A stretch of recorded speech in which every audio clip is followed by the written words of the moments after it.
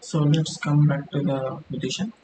So this is a very famous rook pawn endgame where the pawn is going to promote effect. The pawn is going, and we have a so white is a pawn up, and if the white pawn is managed to promote, and obviously white is going to win the game. Black's idea is going to be to defend this position. So this is a very famous position which is known as a Philidor position, where you need to defend the rook. So first we are going to play the rook on h6.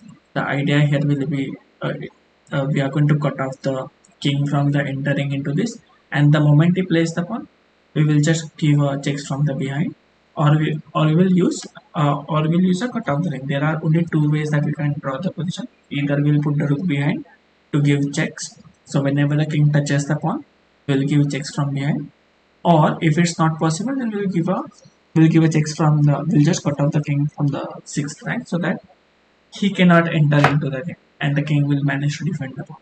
In this position, black goes for rook h4 and white king makes a progress, and here black plays a correct move, that is rook on a1, and here white plays rook on c7.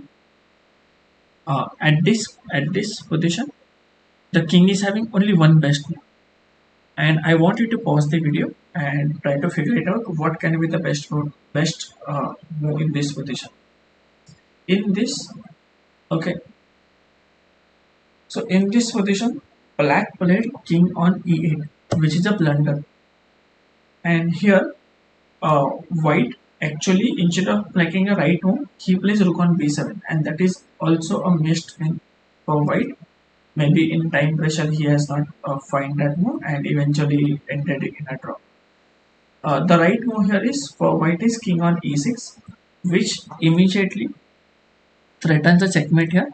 So black has to kick the king away. If he plays rook on h6, then we have a simply pawn push, and its next move is going to be checkmate, which he cannot stop it. So he has to give up the rook.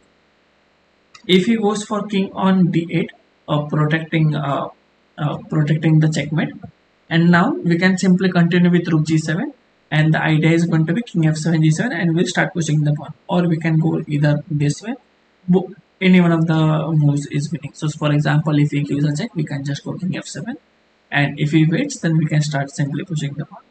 And next idea is going to be very simple. We'll just go rook f1, and after protecting the pawn, king will go on g8, and now it's going to. So after this rook b7, so let's go to king e8. Here, if suppose black is having another options, if he gives a check, then we have this one. If he suppose wait, if he plays something like king f8 or something, let's go with king f8. Now we have a check, and now we can start pushing the pawn. And over here we have a very nice move. We'll just play king on g8, which forces the king to go on the h file, and after that we have a simple pawn push, a simple move. If he gives a check, we can just go zigzag, and after the point, then there won't be checks. He cannot take the rook, and if he keeps the rook behind, for example, if he keeps the rook behind the pawn, we will just simply win the position. Over here, after this one, king e6, there are another possibilities. For example, he can go rook e1 check. After that, we can simply go and hide and take the shelter. And black is having another options over here. He can either stay behind the pawn, or the rook can stay behind the pawn. He cannot play king f8 because, or maybe he can play. Let's suppose if he plays here, then we have a check. He blocks, we take, he takes, and then is return e7. Alright. So he cannot play king f8. After this, if he goes here, if suppose black tries to play the waiting move, for example rook a1 or something, then we can have a check which forces the king to go here. And now here comes an important move. Now the pawn is on f file, so we want the pawn to promote, so obviously we need to give a backup to the pawn. Here we are going to play rook f8 move. The idea here is the king will go in a zigzag way, For example, we can go here and then we can start pushing the pawn. If he tries to block the way, then we have a simple move, that is king f7, making some progress with our pieces. He is going to attack on the pawn.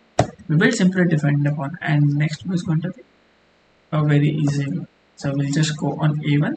The idea is we are making some space for our king, and but if you directly go for it, then we will lose the pawn. So here black is going to play a waiting move because he wants to basically capture the pawn. Here we are going to make some space for again for the pawn to move, so that pawn can go here. Black can just give a check. There is nothing he can do. We'll go king on f8, because if you go on f7 again, then there is no progress. So we'll go on f8, and now pawn is about to go ahead.